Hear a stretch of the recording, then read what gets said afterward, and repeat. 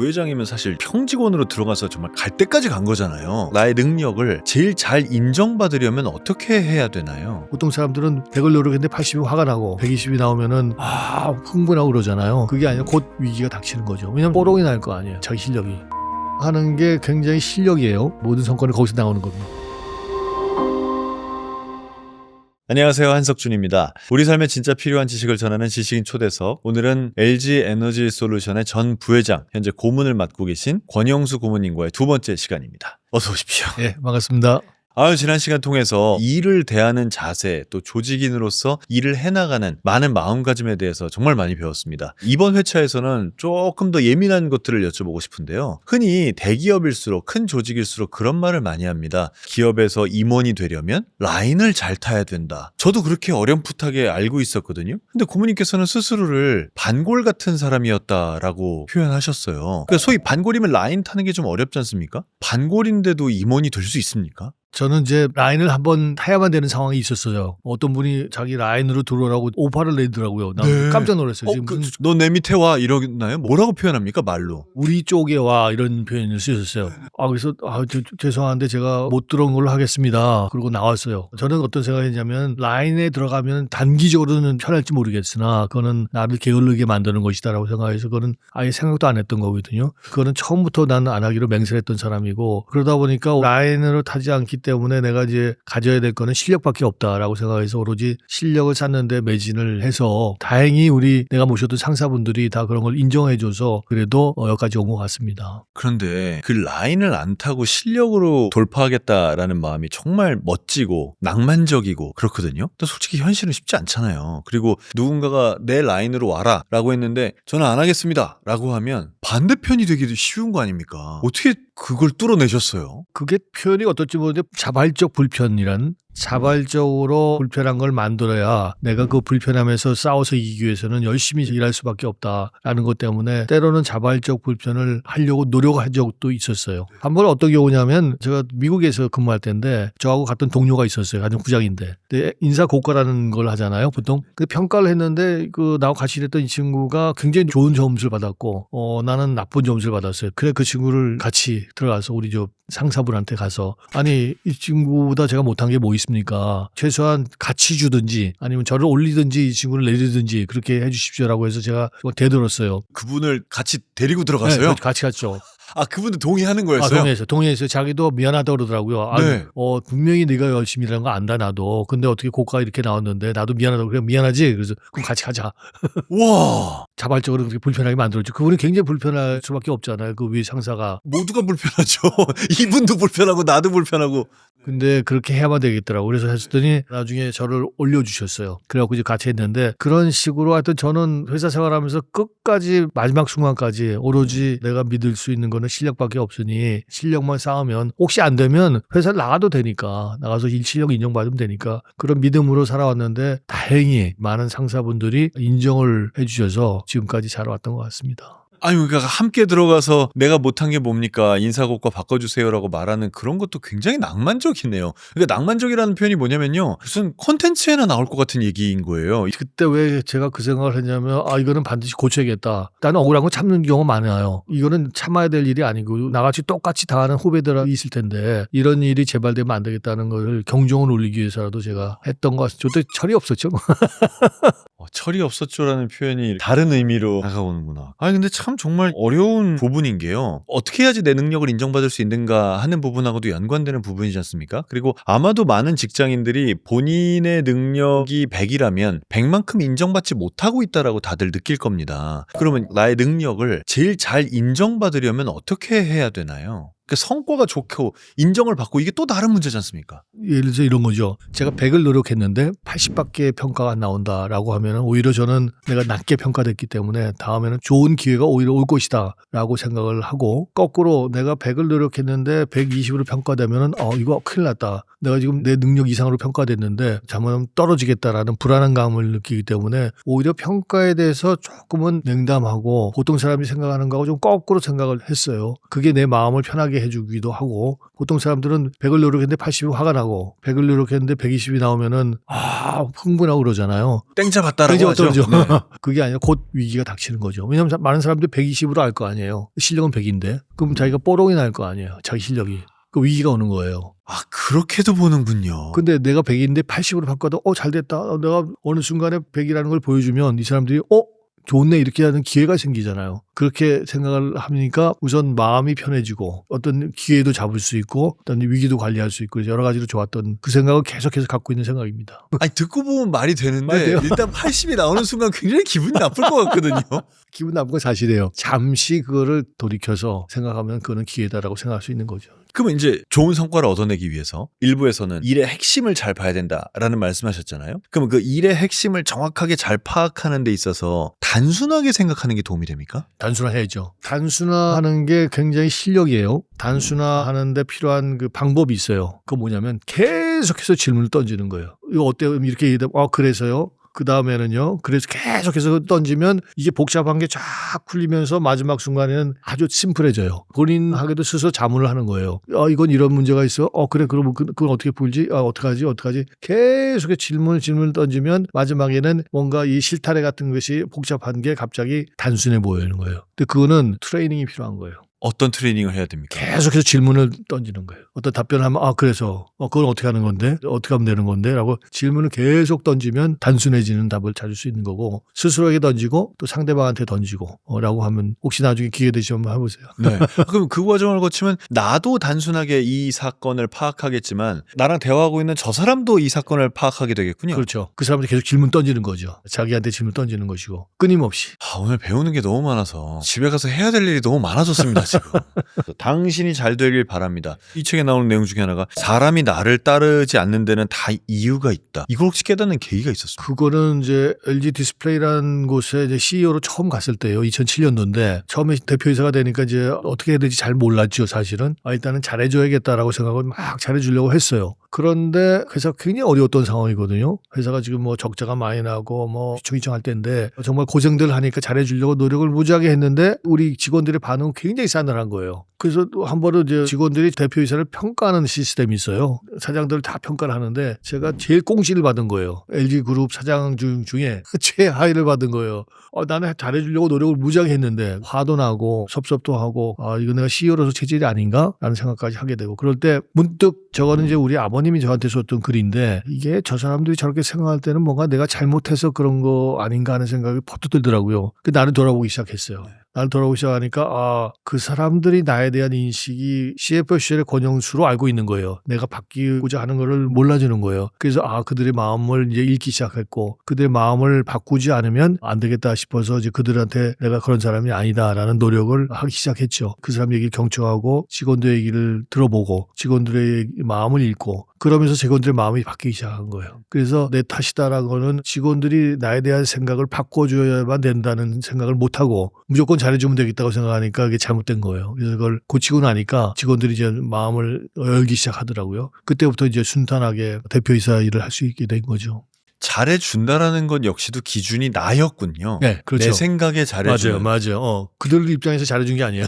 그들 입장에서 잘해준다는 거는 내가 정말 당신을 도와주러 왔다는 진심을 내가 보여줘야 되는데 그 진심을 보여주지 못하고 그냥 잘해주는 일만 한 거예요. 그러다 보니까 그 사람들이 오해를 한 거죠. 그래서 뭐 어떤 일이 있든 간에 자기가 같이 있는 가족이나 친구나 아니면 어느 집단에서 어떤 특정인이나 그 사람들이 자기가 마음에 안 드는 행동을 하고 기분이 안 좋았을 때 일단은 좀 마음을 가라앉히고 혹시 내가 잘못해서 저 사람이 그런 거 아닌가? 라는 생각을 한 번쯤 해보면 그게 배움의 길이 되는 거예요. 내가 잘못된 걸 발견하게 되고 상대방은 내가 그렇게 잘못된 걸 발견해서 고쳐서 행동하면 상대방은 굉장히 좋아하고 서로 윈윈이 되는 상황이 되는 거죠. 그게 내가 제일 최고 위치에 가면은 특히 알아야 될 게 이제 그런 생각을 가져야 된다는 거죠. 저는 사실 사장 안 해봐서 뭐 대기업 사장님들은 편하신 줄 알았더니 그거 되게 힘든 일이군요. 그럼요. 무슨 정치인들만 마음을 얻으려고 노력하는 줄 알았더니 대기업 CEO가 그 정도 노력을 하네요. 그럼요. 그건 경영이 더 중요해요. 정치보다도 경영이 마음을 얻는 게 더 중요한 거예요. 그렇습니까? 네, 네. 그 방금 얘기하셨던 그 소통과 관련돼서 좀 더 여쭤보자면 많은 대표들이 만들고 싶은 이상적인 우리 회사의 모습 이런 게 아침에 눈 뜨면 난 빨리 출근해야지 신난다 뭐 이런 마음을 가졌으면 하는 거지 않습니까? 사실 현실에선 잘 없지만요. 그렇게 만드는 게 가능할까요? 가능합니다. 그래요? 네. 우선은 제가 LG 디스플레이 갔을 때 즐거운 직장이라는 팀명을 썼어요. 즐거운 직장 팀장을 3명을 보임을 해서 한 명은 파주, 한 명은 구미, 한 명은 본사에 보임을 했는데 그분들이 2분은 호텔에서 근무하시는 분, 한 분은 봉사활동 하시는 분이에요. 그분들이 열심히 이제 직원들의 애로사항을 듣고 막 하다 보니까 직원들이 정말 즐거운게 일했고 제가 기분 좋았던 거는 서울대학교 교수분이 정서적 연봉이라는 책을 썼는데 정서적 연봉. 연봉은 보통 이제 1억을 주면은 1억이 연봉이 아니라는 거죠. 현실적으로 1억을 받지만 정서적이면은 감안하면 8천만 원밖에 안 되는 회사가 있고 1억을 주는데 정서적인 걸 감안 1억 2천이 되는 회사가 있고 1억을 똑같이 준다 해서 똑같은 게 아니다라는 썼는데 그분이 고맙게도 에너지 엔솔에 가서 직원들이 어떻게 생각하느냐를 쭉 인터뷰를 했는데 딱 한마디가 이 엔솔 직원들은 아침에 일어나면 회사 가고 싶은 직원들이다 라고 써줬어요. 가능합니다. 근데 그게 쉬운 건 아닌 것 같거든요. 어떻게 했길래 그런 조직을 만들 수 있었습니까? 제가 마지막에 했던 거 뭐냐면 결국 소통이었어요. 아주 유니크한 시스템을 만들었는데 에너지 솔루션에서 엔톡이라는 걸 만들었어요. 엔톡. 그거는 이제 직원들이 자기가 갖고 있는 불편한 사항들을 가감없이 나한테 직접 보내요. 직접 보내는데 저는 그 사람 이름을 알아요. 보낸 사람. 근데 다른 직원들은 그 사람이 누군지는 몰라야 돼요. 왜냐하면 이제 개인적인 거기 때문에. 그 시스템을 만들어서 그거를 계속해서 그 사람들이 갖고 있는 불편한 사항들을 하나씩 해결을 쫙 해줬어요. 한 1년 반쯤 지나니까 정말 조직의 분위기가 완전히 바뀌고 자기가 불편한 거 다 해결해 주니까 돈이 드는 게 아니에요. 일부 돈 드는 것도 있지만 사실은 그렇지 않은 것들이 굉장히 많았거든요.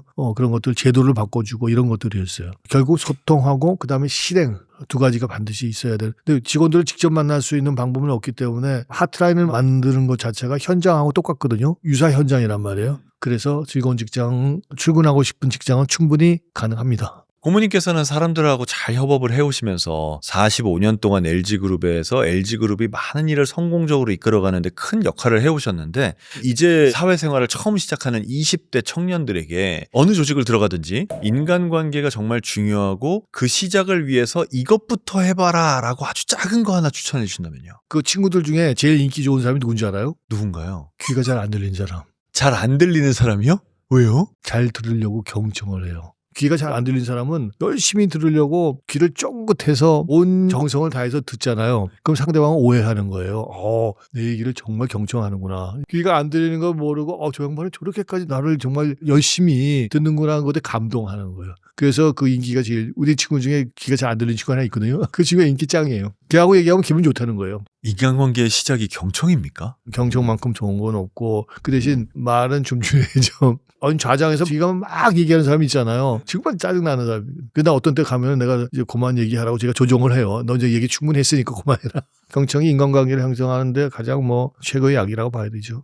평사원으로 입사해서 부회장까지 정말 오랜 시간입니다. 그리고 매 순간마다 성과가 있으셨을 거고 성공을 하셨을 거예요. 그러니까 부회장까지 갔겠죠. 부회장 되면 어떤가요? 부회장이 되고 나서 저는 정말 미안한 감정. 유플러스라는 통신회사를 가면서 부회장이 됐어요. 그런데 통신회사 가면서 제가 통신회사 아는 게 하나도 없었거든요. 그러다 보니까 직원들에 대한 미안함이 너무 많은 거예요. 통신을 하나도 모르는 사람이 부회장까지 승진해서 오니 얼마나 기가 막히겠어요. 와, 그때 왜 또 회장님이 저를 여기에 보냈을까라고 약간 원망도 했어요. 사실은 좀 아는데 보내주시지.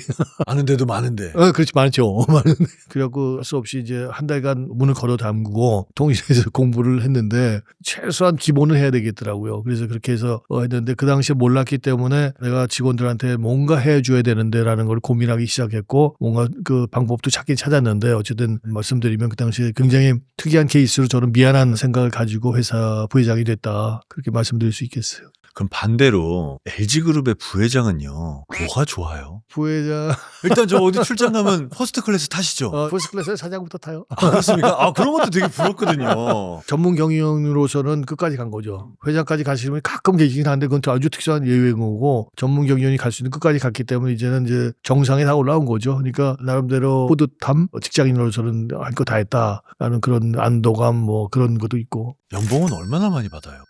그건 말씀드리지 어제. 아, 그거는 비밀입니까? 아, 제일 궁금한 걸 또 비밀이라고 하셔가지고 너무 궁금한데. 또 뭐 좋아요? 왜 그런 얘기 하지 않습니까? 군대에서 대령에서 장군 되면 뭐 대우가 20몇 가지가 달라지고 그런 얘기 하지 않습니까? 사무실이 이제 바뀌는데 제일 경치 좋은 데 가겠군요. 그건 당연한 거고 별도의 화장실이 딸려서 근데 집무실에 화장실 따로 있는 거군요. 사무실도 좋은 데로 가고 비서도 2명 주어주고 차도 제일 좋은 거 나오고. 그러면 부회장 되셨을 때 쓸 수 있는 예산 범위는 얼마나 됐습니까? 회사 전체적으로. 그건 예산이라는 건 이제 회사마다 다른데 투자까지 포함하면은 에너지 솔루션에서는 거의 한 15조 그 정도 예산을 썼죠. 15조를 결정하는 거지 않습니까? 그렇죠. 정말 스트레스 엄청나겠네요. 네, 많죠. 할 거냐 말 거냐 얼마 할 거냐 뭐 언제 할 거냐 뭐 이런 것들. 그때가 제일 좀 스트레스 쌓이는 타이밍이죠. 투자 의사 결정이. 한번 투자하면 어떻게 할 수가 없으니까. 몇 년은 못 돌리는 거지 않습니까? 뭐 투자해놓으면 이제 돌이킬 수 없으니까. 그러니까 그거는 이제 굉장히 신중히 해야 되고 잘해야죠. 그러니까 월급을 많이 못 줘. 스트레스만 쌓이니까. 그렇습니까? 부회장은 굉장히 멋있는 것 같고 부회장은 누가 시켜준다면 해보고 싶긴 한데 15조 결정하는 건 안 하고 싶습니다. 그렇지 않은 회사도 많아요. 그렇습니까? 네. 저는 그것도 궁금합니다. 아까 말씀하신 대로 부회장이면 사실 평직원으로 들어가서 정말 갈 때까지 간 거잖아요. 이 조직에서 나라는 존재가 어마어마하게 인정을 받은 거고 나의 성과도 다 인정받은 거고 끝까지 갔지 않습니까? 그러면 어떤 생각이 들까가 궁금한 거예요. 그러니까 만약에 뭐 한 상무쯤 되면 나 더 열심히 해서 사장 돼야지, 뭐 정말 더 열심히 해서 권영수 부회장님처럼 부회장 돼야지 이런 생각 할 것 같아요. 부회장은 목표가 뭔가요? 언젠가 최고 위치에 올라왔을 때 이루고자 하는 꿈이 있었어요. 아침에 일어나면 가고 싶은 회사를 만들겠다라는 게 꿈이었어요. 근데 그 꿈을 이루기 위해서 정말 최선의 노력을 다했던 게 부회장 돼서는 조금 더 파워가 있잖아요. 그렇기 때문에 내가 할 수 있는 권한이 꽤 많았던 거기 때문에 그런 나의 목표, 아침에 일어나면 가고 싶은 회사를 만들기 위한 최선의 노력을 했던 게 부회장 시절 아닌가 싶습니다. 조직 문화 혁신에 진짜 많은 노력을 하셨습니다. 그래서 왜 우리나라에선 다 직급 체계가 있고 사실 어느 회사에 무슨 직급이라는 게 사회적인 명함처럼 따라다니기도 하지 않습니까? 근데 부회장 되신 다음에 님으로 통일하셨어요. 그 님으로 통일하면 조직에 어떤 변화가 생기나요? 우선 님자를 붙이려고 하다 보니 상대방의 이름을 다 알아야 돼요. 한님 이렇게 못 하잖아요. 권 부장 이건 되는데 권님은 이상하죠. 이상하죠. 그건 안 되죠. 그래서 사람 이름을 다 불러주는 것이 그 불림을 당한 사람한테 굉장히 기분이 좋은 거고, 또 하나는 님자를 붙이면 반말을 못 해요. 무슨 님 해놓고 그래라 뭐 이렇게는 안 되잖아요. 그러니까 이 두 가지가 굉장히 의미가 있더라고요. 이제 신입사원들이 상무가 아니면 대표이사가 내 이름을 불러줘. 그 다음에 거기에 반말은 아니지만 존대 비슷한 말을 써줘. 그게 본인한테는 굉장히 좋은 거예요. 일단 그런 장점이 있다 보니까 그 다음에 똑같이 이제 님자를 다 붙이니까 저는 그 심리적 안정감이란 말을 참 좋아하거든요. 어떤 회의를 하든 간에 심리적 안정감이 없는 상태는 회의하지 말아라 그랬어요. 심리적 안정감이 없으면은 자기가 하고 싶은 얘기를 다 못하기 때문에 그렇게 해서 하는 회의는 하지 마라라고 하거든요. 그래서 결과적으로 님자는 심리적 안정감을 줄 수 있어서 올바른 회의가 될 수 있는 가장 근본적인 계기가 됐던 거 아닌가 싶어서 저는 정말 그 님자 붙이는 것에 대해서 정말 잘했다고 생각하고 있습니다. 요새 조직 문화 얘기할 때 심리적 안정감이란 말이 참 많이 나오는데 그걸 줄 수 있는 가장 핵심적인 키워드가 님이라는 호칭이군요. 님이라는 것도 있었고, 또 하나는 이제 그 회의하기 전에 일단 좀 이렇게 분위기가 긴장되잖아요. 긴장을 풀기 위해서 저는 여러 가지 활동을 하는데 그 중에 하나 게임을 해요. 369 게임. 369 게임이요? 회의하기 전에요? 네. 369 이걸 한다고요? 네. LG그룹 부회장님이 이걸 한다고요? 하죠. 369 게임을 3명이 걸릴 때까지 하고 3명이 걸리면 거기서 끝이에요. 그래서 하여튼 3명이 안 걸리는 경우는 계속해서 하는 거예요. 근데 잘 걸려요. 그거 한번 하고 나면 분위기가 쫙 좋아져요. 그리고 회의하게 되면 심리적 안정감이 있어갖고 회의가 더 잘 돼. 그렇습니까? 그것도 그렇다 했어요. 30분마다 일어나서 이제 체조하기. 보통 오래 앉아있으면 허리도 안 좋고 몸이 안 좋잖아요. 그럼 30분 되면 띵 하고 울려요. 그러면 다 일어나서 이제 체조하는 게 있거든요. 또 허리 쫙 펴고 하는 거. 그거 해도 벌써 심리적으로 안정감이 있고, 하여튼 회의라는 거를 심리적 안정감을 갖기 위해서 노력을 무지하게 많이 했고, 그러다 보니까 회의 결과가 굉장히 좋았던 그런 기억이 납니다. 그 고모님께서는 그 소통을 정말 강조하셨고 그게 회의로도 이어지고, 그래서 다 하고 싶은 생각이나 아이디어에 대해서 자유롭게 말할 수 있는 이런 걸 아주 중요하게 여기셨던 것 같아요. 그렇다면 고모님께서 생각하시는 진짜 소통이 되는 조직은 핵심이 뭡니까? 사람이 대화를 나눌 때 A라는 사람, B라는 사람이 서로 거슬리는 얘기를 안 하는 사이, 그건 굉장히 초보적인 단계예요. 근데 정말 좋은 사이는 하기 싫은 얘기를 서로 할 수 있는 사이.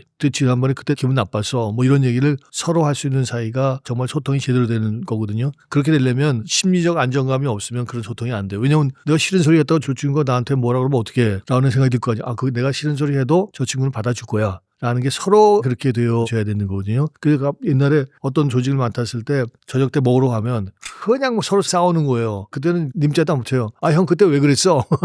그러니까 서로 싫은 얘기를 막 할 수 있는 거예요. 아, 그래 내가 우리 조직은 됐다. 정말 싫은 소리를 저렇게 할 수 있는 조직이 됐으니까 우리는 소통이 잘 이루어지는구나 라고 해서 했는데 아니나 다를까 소통이 잘 되니까 팀워크도 좋고 그래서 좋은 성과를 냈던 그런 기억이 있어서 다시 한번 소통의 중요성을 뼈저리게 느낄 수 있는 계기가 됐던 것 같아요. 서로 싫은 일을 할 수 있어야 돼요. 소통이 잘 되는 조직을 한마디로 표현하자면 싫은 얘기를 할 수 있어야 되는. 예. 그거 만들기 어렵겠는데요. 이게 싫은 얘기 윗사람이 밑에 사람한테 하는 건 쉽죠. 아랫사람 위에서 할 수 있어야 돼요. 그래서 제가 생각하는 겁니다. 그게 만들기 어려울 것 같다고요. 어렵죠. 진짜 어렵죠. 근데 그거를 노력하면 그것도 가능합니다. 예를 들어서 이런 것도 있었어요. 제가 어느 회사 갔을 때 임원을 지적을 했어요. 그래서 당신 미션은 다른 사람들이 함부로 나한테 얘기 못하는 그런 상황일지도 모르니까 여러 사람 얘기를 듣고 내가 뭔가 잘못하는 거를 당신은 가감없이 얘기할 수 있는 그런 미션을 부여한다. 네가 나한테 그게 얘기하는 건 네가 그런 게 아니고 전달하는 거니까 너는 상관없지 않냐. 그래서 그 사람한테 그런 특수한 의무를 부여한 적도 있거든요. 하여튼 여러 가지 방법이 있을 수 있어요. 싫은 소리를 들을 수 있는 방법이라는 거는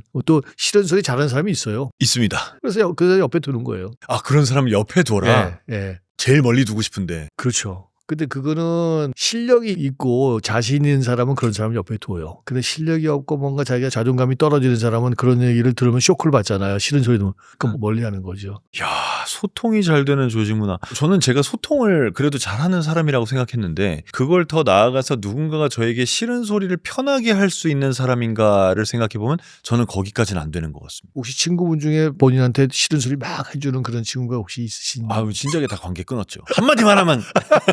농담이실 거고. 그게 성공하는 비결입니다. 항상 부족하잖아요. 싫은 소리 하는 거 100% 맞은 건 아니에요. 하지만 본인이 부족한 걸 알 수 있는 방법이라는 게 많지가 않아요. 하나는 실패고 누군가가 싫은 소리 해주는 거라. 이 두 가지가 약이거든요. 쓰잖아요. 쓴 약은 몸에 좋잖아요. 그래도 실패보단 싫은 소리가 낫네요. 아, 그렇죠. 실패는 자주 오지도 않아요. 자주 오면 안 되죠. 안 되죠. 근데 싫은 소리라는 건 언제든지 들어도 되거든, 사실은. 그래서 그거는 싫은 소리를 들을 수 있는 사람만이 더 성공한 분이 되실 걸로 저는 믿습니다. 근데 싫은 소리를 들을 때요. 솔직히 듣는 그 순간에 딱 기분 나쁘잖아요. 그걸 어떻게 해결하세요, 그럼? 그러니까 우선 큰 숨을 한 3번 쉬어요. 예. 마음의 평화를 위해서. 한번 3번쯤 쉬면 그 마음이 가라앉으면서 아, 그래. 저 친구가 오죽하면 저런 얘기 했겠냐라는 생각을 이제 쫙 하게 되면서 반성 모드로 가게 되고 그런 거죠. 연습하면 돼요. 그래서 명상이라는 것도 하시고 숨 쉬는 것도 큰 숨을 항상 쉬는 연습을 하셔야 돼요. 짧은 숨 쉬면 그건 안 돼요. 아, 좀 그런 사람이 한번 돼보겠습니다. 요새 참 이직률이 굉장히 높습니다. 특히 이제 젊은 세대일수록 내가 이 회사에서 충성할 거 아니고 이 회사가 내 회사 아니고 난 배울 거 배우고 얻을 거 얻고 그다음 나가겠다. 어떻게 보면 그래서 이런 분위기를 퇴사 문화라고까지 얘기하거든요. 이 퇴사 문화에 대해서 고모님께서 보이는 시선이 좀 다를 것 같습니다. 고민을 많이 했죠. 제가 엔솔 가니까 아니나 다를까 끔찍한 게 1, 2년 차 된 친구들이 많이 나가는 거예요. 과거 기록을 보니까 야, 이거 큰일 났다. 계속해서 뽑고 나오고 그럼 계속해서 막 교육시키다 일 나보겠더라고요. 그래서 고민을 시작했죠. 도대체 MZ세대들이 원하는 게 뭐냐라는 걸 계속 스터디해 보니까 나오는 거예요. 그 중에 하나가 약간 정서적 연봉이었고 또 하나는 뭐냐면 자기 성장 욕구가 굉장히 강한 거예요. 나는 이렇게 성장하고 싶은데 회사가 그거를 안 해주는 거예요. 못 해주는 거예요. 그래서 내가 팀을 또 만들었어요. 그 성장 지원 팀이라는 걸 만들어서 개별적으로 내가 어떻게 성장하고 싶다라는 걸 쭉 듣고 그럼 너는 앞으로 이러이러한 커리어를 밟으면 좋지 않겠니? 뭐 이렇게 제안해주고 그런 걸 했더니 이직률이 정말 떨어졌어요. 그래서 MZ세대가 그렇게 나갈 때는 리더들이 MZ세대가 진짜 원하는 게 뭔지를 잘못한 거예요. 옛날 기준으로 회사가 잘해주면 되는 거지 뭐 연봉 많이 주면 되는 거지 뭐 이렇게 하는 건데 그건 아니거든요. 사실은 말 한마디 그 사람들 얘기를 잘 들어주고 하는 것들 이런 것들을 해주면 절대 나갈 사람들이 아니다. 또 그 사실이고 그렇게 해왔습니다. 저도 이제 대화, 인간관계, 조직문화 이런 쪽의 콘텐츠를 만드는 입장에서 얼마 전에 봤던 미국에서 나온 논문 중에 하나가 이직하는 이유 1등이 47%인데 그게 소통 부재였거든요. 맞아요. 근데 그걸 이미 알고 실천을 하고 계셨던 거네요. 공감하고 동감은 다르잖아요. 아, 그래, 알았어 라는 거하고 그렇게 해줄게 하고 다른 거예요. 공감만 하더라도 반은 해결되는 거예요. 아, 그래, 너 무슨 문제인지 알겠어. 그런데 미안해. 내가 이런 데 못해줘. 그러면 반푼은 풀려요. 아니면 60% 70%가 풀려요. 근데 문제는 공감을 안 한다는 거예요. 어차피 못해줄 것 같으니까 공감마저 안 해주는 바보죠. 동감은 못하도록 공감을 할 수 있잖아요. 어차피 못 해준다고 해서 소통도 안 하면 바보다. 그렇죠. 공감만 해도 되는데. 공감 능력이지 동감 능력은 아니에요. 공감 능력을 가지면 되는 거예요. 근데 많은 리더들이 아까 말씀하신 대로 어차피 보내주는데 괜히 얘기해봐야 얻는 것도 없는 거 아니냐라고 포기해버린단 말이에요. 그거는 결코 잘한 행동이 아니죠. 자, 이 책에 저는 뭐 여러 가지가 참 좋은데 제목이 너무 따뜻해요. 당신이 잘 되길 바랍니다. 아, 그리고 이게 왠지 진심 같아요. 정말 당신이 잘 되길 바라는 마음. 이거는 모두에게 하시는 말씀인 거죠? 내 부하 직원한테도. 모든 얘기예요. 사실은 내가 회사 생활할 때까지는 내가 아는 사람들이 잘 됐으면 좋겠다는 생각을 가지고 했어요. 회사 밖으로 나오니까 내가 잘 되게 해야 될 사람의 범위가 굉장히 넓어진 거예요. 그래서 여기서 지금 당신이라는 거는 내가 모르는 불특정 다수, 이 책을 읽으시는 분들까지 포함해서 다 잘 됐으면 좋겠다는 생각을 갖고 이 책을 쓴 겁니다. 이런 것도 정말 궁금합니다. 그러니까 이 영상을 보고 있는 대한민국의 모든 직장인들에게 끝으로 조언을 한 말씀 남겨주신다면요. 왜 사자고 묻잖아요. 대답을 명확하게 할 사람이 많지 않은 것 같아요. 언제쯤인지 기억이 안 나는데 제가 제 자신한테 물어봤어요. 행복해지려고 사는데 어떤 때 행복하냐라고 물어보니까 내가 누군가를 도와주고 그 사람이 정말 잘 됐을 때 그 행복을 느끼더라고요. 저는 그게 진정한 행복인 것 같고, 그래서 나는 많은 분들이 이 책을 통해서 남이 잘 되게 하는 거로 인한 행복이 정말 진정한 행복인 걸 느끼고 많은 사람들이 정말 남이 잘 되게 하기 위해서 노력을 해준다면 이 사회가 좀 더 따뜻한 사회, 행복한 사회가 되지 않을까 하는 그런 바람이고, 이 책이 그런데 조금이라도 도움이 될 수 있기를 바라는 마음으로 책을 썼고, 책 제목도 마찬가지 그런 뜻에서 지었습니다. 오늘 고모님과 이렇게 얘기를 하면서 솔직히 말하면요, 너무 의외였고요. 너무 예상 밖의 이야기를 많이 들었습니다. 글쎄. 왜냐하면 대한민국의 산업 역군이시고 대한민국 산업을 오늘까지 이끌어오는 데 있어서 진짜 가장 힘든 전쟁터의 최전선에서 싸워오신 분이잖아요. 저의 예상은 성과를 굉장히 중요하게 여기는 사람일 거라고 생각했습니다. 근데 그걸 넘어서 인간관계, 소통, 조직 안에서 모두가 함께 일해 나가는 이런 쪽으로 훨씬 더 많은 무게중심을 두고 계신 것 같아서 아직도 저는 모르는 게 많구나라는 걸 다시 한번 깨달았습니다. 그게 성과의 근본이에요. 이 모든 게 성과의 근본이다. 모든 성과는 거기서 나오는 겁니다. 그렇게 말씀하시니까 하나 더 여쭤보고 싶은데요. 야, 그 인간관계가 뭐가 중요하냐? 일 잘하는 게 중요하지. 라고 말하는 분들을 보면 어떤 생각이 드시나요? 경영을 모르는 거죠. 뭐 경영이라는 건 사람의 마음을 얻는 것인데, 그걸 모르는 거는 꼰대죠. 구닥다리. 그야말로지만 그런 사람 빨리 회사에서 없어져야 돼. 그렇습니까? 없어지던가 생각을 없애든가. 맞아.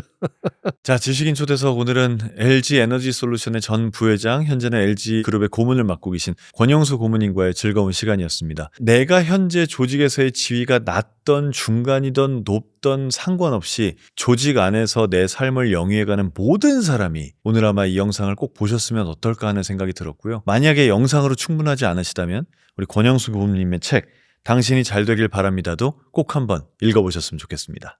자, 이 시간 여기서 마치겠습니다. 고맙습니다.